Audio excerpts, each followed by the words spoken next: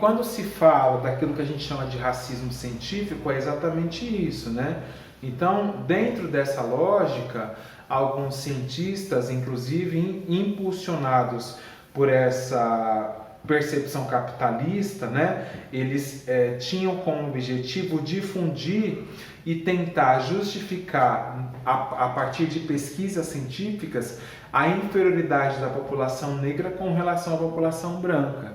E aí é o que nós vamos chamar de racismo científico, né, que influenciou inclusive o surgimento do fascismo na Itália, né, e também o do nazismo na Alemanha, que na época ocasionou a morte de milhões de judeus. Se nós nos debruçarmos sobre a diáspora africana, né, que é o processo no qual a população africana escravizada é espalhada pelo planeta, pelo mundo, né? Porque não é só o Brasil que se valeu do processo de escravização para fundamentar inclusive a sua economia, né? Nós já falamos aqui que, infelizmente, nós somos o último país a libertar os escravos, foi o Brasil, né? Mas os outros países também tinham escravos.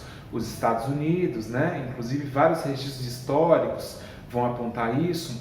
Vários países da Europa escravizavam a população negra. E sempre são os negros que foram escravizados, né? Todos eles aí a partir desse processo de diáspora do continente africano. Bom, e aí quando se pensa na questão do racismo, nós temos o antropólogo canadense, o Irving Goffman. Ele vai dizer que as pessoas são vítimas do racismo, eles carregam aquilo que ele chama de estigma. O que é estigma? Estigma é uma mancha, né? Estigma é uma marca, uma tatuagem, um sinal. E esse estigma, no caso do negro, ele vai dizer que o estigma tribal encontra-se relacionado às características de raça, nação e religião. E ele pode ser apresentado de modo em que a característica diferencial é totalmente perceptível, que é a cor da pele, né? Então, em que medida, por exemplo, a religião de matriz africana, ela é percebida sempre em uma perspectiva depreciativa, né? Enquanto comparada, por exemplo, a outras religiões, como o cristianismo, que é sempre potencializada, vamos falar aqui do Brasil, né? E de que maneira que é entendida essa manifestação religiosa, né?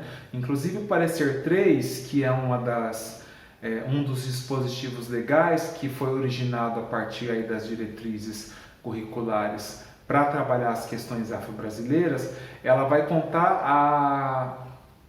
vai falar a história dos griotes, que é uma história muito legal, que os griotes, que no candomblé são os pretos velhos, são os anciãos, né, das etnias, aos quais guardavam a sabedoria. Por quê? Porque aquela população não tinha, por exemplo, registro em forma de livro, né? Não tinha câmera de celular, não tinha livro para poder escrever. Então, como que eram feitos os registros? Os registros eram feitos pelos griotes, que eram os pretos velhos que sentavam em volta das fogueiras para contar a história para a população mais nova, né? E que a partir do momento em que esses pretos velhos iriam envelhecendo, outros iam se formando. Então a história não morria dentro dessa lógica. Bom, e aí esse pensamento relacionado à estigmatização da religião africana, ela também está diretamente voltada a um conjunto de nação, né? Então, de que maneira que as nações africanas são percebidas na conjuntura mundial, né? Enquanto existe a valorização de umas nacionalidades, a gente sabe que a população africana não é vista de maneira positiva dentro desse comparativo.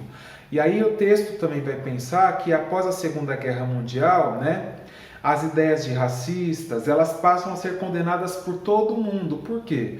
Isso se dá pelos horrores causados aí pelo ódio nazista, porque o que acontecia com a população negra, né, que era escravizada, e de que maneira que eles eram tratados, não só no nazismo, como no mundo inteiro, eles eram submetidos a experimentos, não só os judeus, mas a população negra também, né? Bom, e aí percebeu-se que os grupos nacionais religiosos ou geográficos, a partir desses estudos, não constituem uma raça, e desse modo buscou-se estabelecer uma substituição do conceito de raça. Ao invés de utilizar o conceito de raça, fazer uso do conceito de grupo étnico, que inclusive é o que vai denominar a disciplina que a gente está estudando, né? Relações interétnicas.